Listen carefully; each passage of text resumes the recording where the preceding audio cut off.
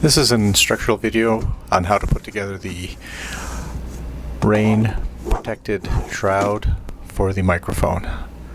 Basically take the case with the microphone assembly out of the box.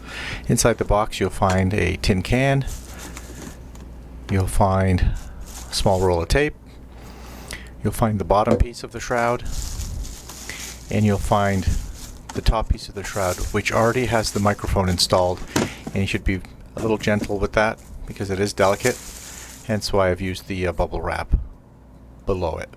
Now, if you look at the bottom part of the shroud, there's holes in it. The two pieces screw into each other, which we'll show you later. But before we do that, we have to load in the desiccant into the bottom part of the shroud and basically take them out. As soon as they come out, they start absorbing. So this kind of has to be done not too quickly. There's 10 of them altogether. 2 fit into each slot. And once all the slots are filled, we can proceed to the next step. And all the time taking care not to handle the microphone part, which is the pointy part there, too roughly. So once you bring the pole down and disconnect the cable has to be fed through the shroud, the bottom part. So you can see there's a hole there, and the connector should fit through. This is assuming there's no tape on it. And it just comes out like that. Again, try to set up a surface where you're not too close to the ground, too far from the ground in case you drop it. Connect the B&C connector while holding the one end so it doesn't turn while you're trying to screw it in place, and then attach the bottom piece to the top piece of the shroud and tighten without stripping the thread, of course. It has to be tightened pretty securely, just enough so that if during the course of a month it doesn't come apart.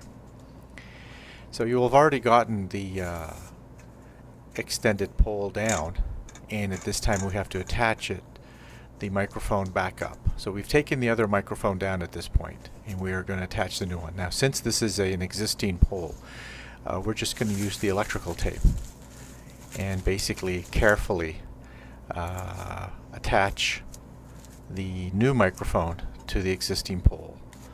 And basically it just means taping the heck out of the microphone to the pole, and that should hold it in place. I'll leave it up to you to actually see how secure it is. One step that I didn't show is it doesn't show the cable the way it really is on the pole, obviously, because it's all taped to the pole. So hopefully you have enough cable to do that. So you may have to unravel some of the cable that's already on the pole, and then if there's any loose,